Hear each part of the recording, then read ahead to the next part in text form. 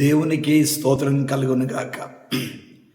క్రీస్తునందు ప్రియమైన యేసుతో ఏకాంత సమయం క్వైట్ టైం కార్యక్రమ వీక్షకులందరికీ ప్రభువైన యేసుక్రీస్తు నామం పేరట విజన్ ట్యూటీ ఫెలోషిప్ తరఫున ప్రత్యేక వందనాలు, శుభాలు తెలియజేస్తూ ఈ నూతన సంవత్సరం మరొక అవకాశం కలిగించినటువంటి దేవుడు తన వాక్యము ధ్యానించిన కృప చెప్పినందుకు దేవునికి ఎంతో స్తోత్రం చెల్లిస్తూ మరొకసారి మీ అందరికీ నూతన సంవత్సర శుభాకాంక్షలు అందజేస్తూ ప్రియులారా, నేటి ధ్యాన భాగంలోకి వెళ్దాం.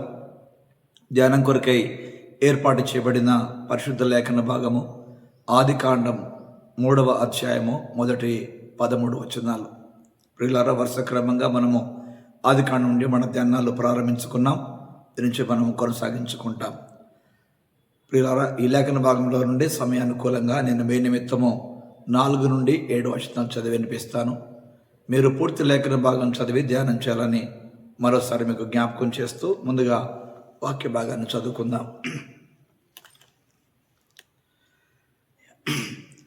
అందుకు సర్పము, మీరు చావనే చావరు, ఏలయనగా మీరు వాటిని తిను దినమున మీ కన్నులు తెరవబడుననియు మీరు మంచి చెడ్డలను ఎరిగిన వారై దేవతల వలె ఉందరనియు దేవునికి తెలియనని స్త్రీతో చెప్పగా, స్త్రీ ఆ వృక్షము ఆహారమునకు మంచిదియు కన్నులకు అందమైనదియు వివేకమిచ్చు రమ్యమైనది ఉంట చూచినప్పుడు ఆమె దాని ఫలములలో కొన్ని తీసుకొని తిని తనతో పాటు తన భర్తకును ఇచ్చెను. అతడు కూడా తినెను. అప్పుడు వారిద్దరు కన్నులు తెరవబడెను. వారు తాము దిగంబరులమని తెలుసుకొని అంజూరపు ఆకులు కుట్టి తమ కచ్చటములుగా చేసుకొనిరి. చదవబడిన లేఖన భాగమును దేవుడు నేటి మన ధ్యాన సమయం కొరకు దీవించి ఆస్వాదించునుగాక. ప్రియులారా, నేటి ధ్యాన సమయంలో చదివినటువంటి లేఖన భాగానికి ఏర్పాటు చేసినటువంటి ప్రధాన అంశము ఏదైనా తోటను కోల్పోవడం. క్షమించాలి, ఏదైనా తోటను కోల్పోవడం.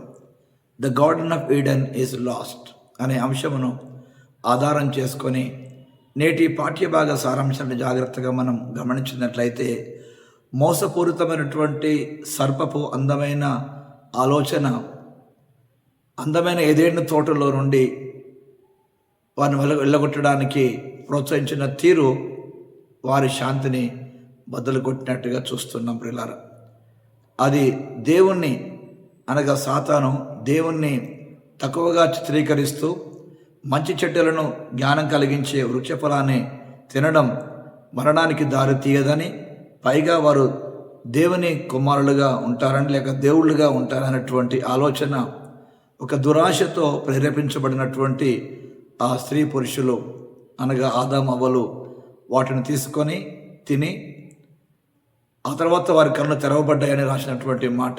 అయితే వారు చూసినటువంటిది మహిమను కాదు, సిగ్గుపడేటువంటి నగ్న సత్యాన్ని వారు చూడగలిగారు. అందువలన వారు భయముతో దేవుని నుండి దాక్కున్నట్లుగా గమనిస్తూ ఉన్నాం. ప్రియులారా, నేటి ధ్యాన భాగంలో నుండి దేవుడు మనకు నేర్పే పాఠాన్ని గమనించినట్లయితే, ఆ పురుషుడు స్త్రీ అనగా ఆదాము అవ్వలు సర్పము మాట విని దేవునిలాగా మారడానికి వారు కన్ను తెరవబడ్డాయని భావించినప్పటికీ బయలుపరచబడినటువంటి నగ్నము అవమానం మాత్రమే అని వారు గ్రహించారు. వారు దేవునికి విధేయులైనప్పుడు వారు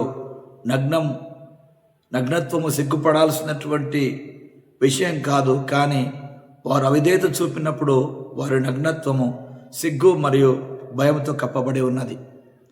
ప్రియులారా, బైబిల్ గ్రంథములు ఆదికాండము 2వ అధ్యాయము 24వ వచనములో కూడా వారు దిగంబరులుగా ఉండిరి అనే మాట గమనిస్తున్నాం. 3వ అధ్యాయంలో అనగా పాపము చేయక మునుపు దిగంబరులుగానే ఉన్నారు, పాపం చేసిన తర్వాత దిగంబరులుగానే ఉన్నారు. కానీ ప్రియులారా, ఆనాడు వారు దాన్ని గుర్తించలేదు, ఆ నగ్నము. ఈ రోజున వారు దాన్ని గుర్తించారు, ఆ దిగంబరత్వం. కనుక పాపము వారి యొక్క విషయాలను పట్టుబలి చేసినప్పుడు ప్రియులారా, వారు భయముతో కప్పబడ్డారు. అందుకే దేవుని ఎదుటికి వారు రాలేకుండా తోటలు ఎక్కడో తమ యొక్క నగ్నమును కప్పుకోవడానికి కొరకు ఆకులను కచ్చడములుగా చేసుకొని ఎక్కడో దేవునికి దూరంగా ఉన్నారు. ప్రియులారా, ఈ రోజున వాక్యపు వెలుగులో మన జీవితాలు పరీక్షించుకోవాలి. సాతాను చెప్పినటువంటి మాట దేవుని మాట నిజము కాదన్నటువంటి ఆ అబద్ధాన్ని నమ్మినటువంటి ఆదామవ్వలు తినొద్దన్న పండు తిని పాపం చేయటం ద్వారా వారి జీవితంలో గొప్ప దేవుని మహిమను పోగొట్టుకున్నారు. చివరికి ఏదైనా తోటను కూడా వారు పోగొట్టుకున్నారు. ప్రియులారా, ముఖ్యంగా 17వ వచనములో ప్రభు మనకు నేర్పే పాఠాన్ని జాగ్రత్తగా గమనించినట్లయితే అన్ని విషాదాలు దేవుని వాక్యాన్ని బాగుగా తెలుసుకోకపోవడం వలననే, లేక వాక్యాన్ని విశ్వసించకపోవడం వలనే కలుగుతాయన్న సంగతి చాలా గొప్ప సత్యం ప్రియులారా. కాబట్టి ఇతరులు చెప్పే దానిపైన మన విశ్వాసము ఆధారం చేసుకోకుండా వాక్యం చదివే విధంగా ప్రియులారా దానివన్నీ బాగా తెలుసుకోవడం ద్వారా, వాక్యాన్ని పాటించడం ద్వారా మాత్రమే సత్యాన్ని మనం గ్రహించగలుగుతాం. కనుక ప్రియులారా, వాక్యమును వక్రీకరించేటువంటి దేవుని నుండి స్వాతంత్రము కోరుకోవడం ముఖ్యం కాదు. పాపానికి వాటిని మూలమని గుర్తుంచుకొని జాగ్రత్త కలిగి అప్రమత్తంగా ఉండి దేవుని వాక్యానికి మాత్రమే మనల్ని మనం సురక్షితంగా అప్పగించుకుంటే మనం క్షేమంగా ఉంటామని ఈరోజు పాఠం మనకు జ్ఞాపకం చేస్తుంది. ప్రియులారా, సత్యమును అందరూ అనుభవించాల్సిందే, కానీ అనుభవాలను ఎవరు సత్యంగా మార్చరాదు. ప్రియులారా, అనుభవాలు మారవచ్చు కానీ సత్యము ఎన్నడూ మారదు.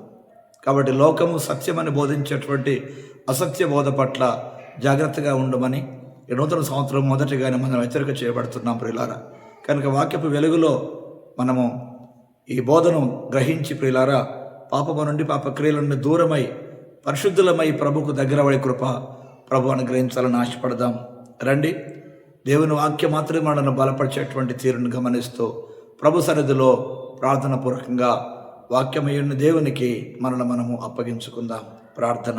ప్రియమైన దేవా, నేను అన్ని రకాల ప్రలోభాలను అధిగమించేలాగున మీ వాక్యాన్ని గట్టిగా పట్టుకొని అలాంటి శక్తిని నాకు దయచేయమని, సొంత అనుభవాలపైన ఆధారపడకుండా వాక్య అనుభవాలపైన ఆధారపడే కృప అనుగ్రహించమని క్రీస్తు పేరిట ప్రార్థిస్తున్నాం పరమ తండ్రి, ఆమేన్.